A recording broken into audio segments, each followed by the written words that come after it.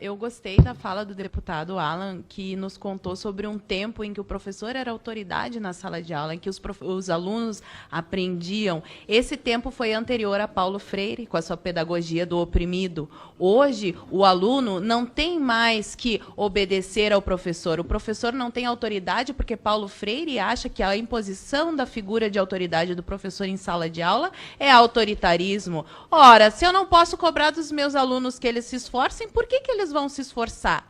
Se todo final de ano eu tenho que fabricar notas no caderno dele, porque o governo precisa ter um índice de aprovação, e o que eu estou falando aqui, eu falo por experiência, pois eu dei aula desde o primeiro ano do ensino fundamental até o segundo ano do ensino médio. Eu dei aula em escola pública municipal e estadual. Eu vi doutrinação na escola municipal desde a primeira série até o último ensino do ano médio, e inclusive na faculdade católica. Na faculdade católica que eu estudei, eu tive aulas de doutrinação na pós-graduação.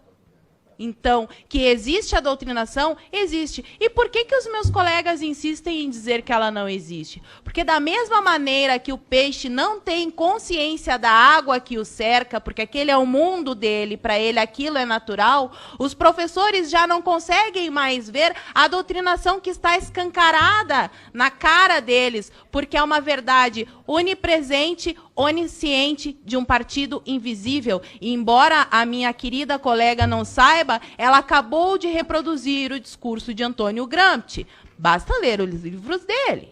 E a pergunta que ela faz sobre o que é que está por trás desse partido, a escola do Partido Único, sobraram 7 minutos na sua fala. Por que a senhora não nos brindou com seu conhecimento acerca da lei? Acredito que a senhora tenha lido toda a lei e poderia nos mostrar ali, item por item, aonde ela está ferindo a liberdade do professor. Eu já li o texto mais de 10 vezes. Venho produzindo conteúdo sobre esse assunto, especificamente escola sem partido, já faz 3 anos. Eu sou professora, estava na sala de aula. Em nenhum momento eu me senti ferida por nada do que está escrito lá.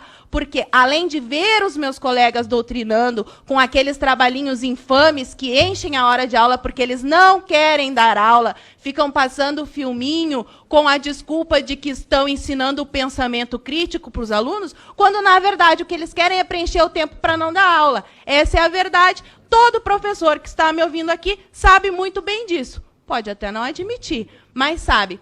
Quero agradecer. Ali, provavelmente, ele é apoiador de Escola Sem Partido, porque traz o cartaz ali, Escola Sem Ódio. O Brasil não é da esquerda, do centro ou da direita. E é justamente isso que o Escola Sem Partido quer. Porque hoje a escola está na mão da esquerda. Nós não queremos a esquerda nem a direita. Eu sou tão contra o professor que vai dar aula com a camiseta do Che Guevara, quanto um professor que vai dar aula com a camiseta do Bolsonaro. Escola não é lugar de fazer política. Nós temos que ser neutros. E quando formos apresentar um tema político, nós temos que apresentar os dois lados. O que tem de tão ruim nisso? Até agora, eu só ouço professores dizendo que fere os direitos, que fere os direitos. Me digam aonde, me mostrem. Eu vim aqui, mostrei todos os meus argumentos, não com base nas minhas opiniões. Eu não fiz acusações ao Léo. Eu provei aqui, através de pesquisas científicas, o quanto um professor pode sim influenciar um aluno,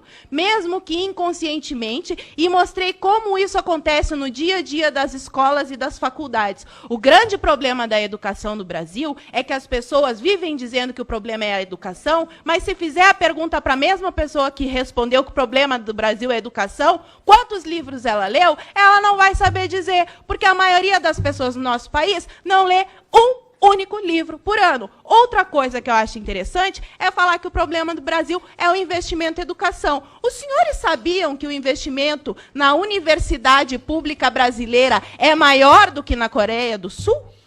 Sabiam desse dado? E por que lá a educação é tão melhor? Será que nós devemos criticar tudo, menos o método? Porque ninguém questiona esse maldito socioconstrutivismo que está destruindo a inteligência das nossas crianças. É só isso que eu quero saber. Muito obrigada. Muito bem.